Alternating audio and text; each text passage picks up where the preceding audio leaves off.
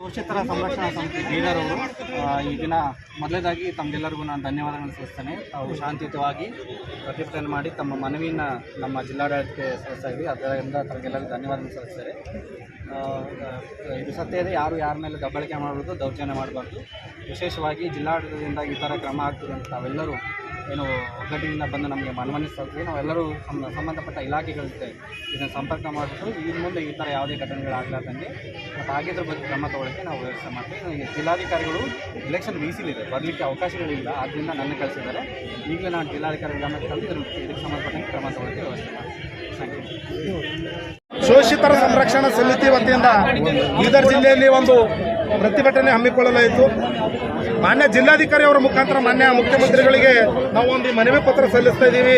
ಇದರ ವಿಷಯ ಏನಪ್ಪಾ ಅಂದರೆ, ಬೀದರ್ ಜಿಲ್ಲಾದ್ಯಂತ ಶೋಷಿತ ದಲಿತರ ಮೇಲೆ ನಿರಂತರವಾಗಿ ದೌರ್ಜನ್ಯ ದಬ್ಬಾಳಿಕೆಗಳು ನಡೆಯುತ್ತಿರುವುದು ಸಹ ಜಿಲ್ಲಾಧಿಕಾರಿಗಳು ಹಾಗೂ ಜಿಲ್ಲಾ ಪೊಲೀಸ್ ವರಿಷ್ಠಾಧಿಕಾರಿಗಳ ಗಮನಕ್ಕೆ ತಂದರೂ ಸಹ ಯಾವುದೇ ಕಾನೂನು ಕ್ರಮ ಕೈಗೊಳ್ಳದೇ ಇರುವುದನ್ನು ಖಂಡಿಸಿ ಇವತ್ತಿನ ದಿನಾಂಕ 18 ಮಾರ್ಚ್ ಪ್ರತಿಯೊಂದು ತಾಲೂಕೊಳಗೆ ಪ್ರತಿಯೊಂದು ಹೋಬಳಿ ಒಳಗೂ ಕೂಡ ಸರ್ ದಲಿತರ ಮೇಲೆ ಅತ್ಯಾಚಾರ ಆಗ್ತಾನೆ ಇದೆ.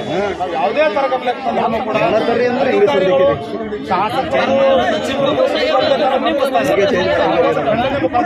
ಸುಮಾರು 40 ಸಂಘಟನೆ, ಬೇರೆ ಬೇರೆ ಸಂಘಟನೆ ಜಿಲ್ಲಾಧ್ಯಕ್ಷರುಗಳು ಸೇರ್ಕೊಂಡು ಒಂದೇ ಸಮಿತಿ ರಚನೆ ಮಾಡಿ, ಆ ಸಮಿತಿ ರಚನೆ ಮಾಡಿರುವ ಉದ್ದೇಶನೇ ದಲಿತರಲ್ಲಿ ಆಗಿರ್ತಕ್ಕಂಥ ಅನ್ಯಾಯಗಳನ್ನು ತಡೆಗಟ್ಟಬೇಕಂತ ಒಂದು ಮುಖಾಂತರ ಮಾಡ್ತಾ ಇದ್ದೀವಿ ಸರ್. ಯಾವುದೇ ಲೆಟರ್ ತಗೊಂಡ್ರು DC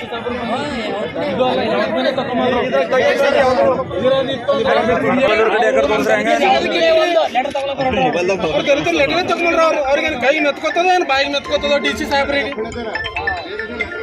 CM ಬರ್ತಾನ ನೋಡ್ರಿ, ಅಲ್ಮದಾಗೆಲ್ಲ ಮುಚ್ಚಿಕ್ತಾರ, ಡಸ್ಟ್ಬಿನ್ ಹಾಕ್ತಾರ, ಅಲ್ಮದ ಮುಚ್ಚಿ ಹಣ ಕಿಲೋ ಸಿಗೋಣ.